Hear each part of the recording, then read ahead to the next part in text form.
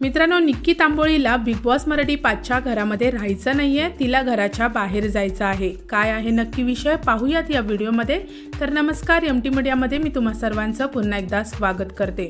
मित्रांनो, काल अरबाज पटेलचं इविक्शन झाल्यानंतर निक्की आहे ती घरामध्ये एकटी पडलेली आहे। ती घरामध्ये रडताना दिसते आणि बोलताना दिसते की अरबाज तू कुठे गेलास, मी तुझ्या कपामध्ये कॉफी तर पिते पण तू इथे नाहीयेस तर त्याचा काय उपयोग। मी खूप एकटी पडलेली आहे आणि माझी हालत आहे ती पूर्ण खराब झालेली आहे आणि आता ही राणी एकटी पडलेली आहे। मला आता या घरामध्ये राहायचं नाहीये असं म्हणताना दिसते।